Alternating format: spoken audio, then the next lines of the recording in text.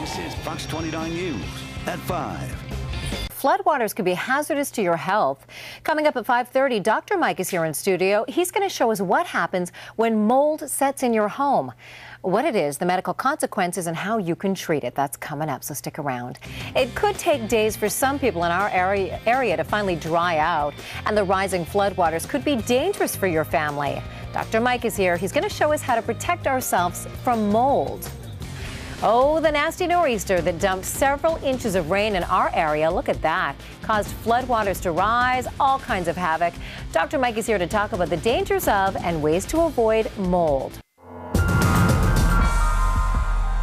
Welcome back. It's not just our homes we have to worry about when it comes to flooding. Mold is going to start growing once those floodwaters recede.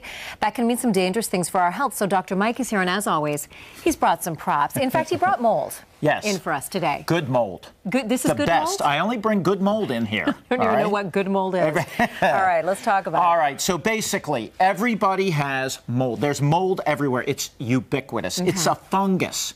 But mold can become a problem for some people. Now, if you look here, this is one of those ceiling panels. I've seen this before. Yes, this is probably some raindrops after a flood, a lot of moisture. Moisture is where you're going to have significant amounts of mold growth. Now, let's look over here. This is Rob Garino's old dorm rug here. You can see, and boy, there's a lot of. I think there's the cure for cancer in here somewhere. But just look at all of this mold. This is the stuff that for some people can cause problems. Now, I've heard that black mold is the most dangerous. Is that the case? Well, the bottom line is all mold can cause problems, Carrie Lee. Now, what happens if you are allergic to it? You can have hay fever symptoms. You can have runny eyes, itchy nose. But for people that have asthma, it can cause a lot of significant asthmatic exacerbations. You end up in the hospital, and some people even get pneumonia. We don't want that. So those are the symptoms. What can you do then if you, in fact, have this? Right. Well, my friends at Air Technology Solutions, a great company,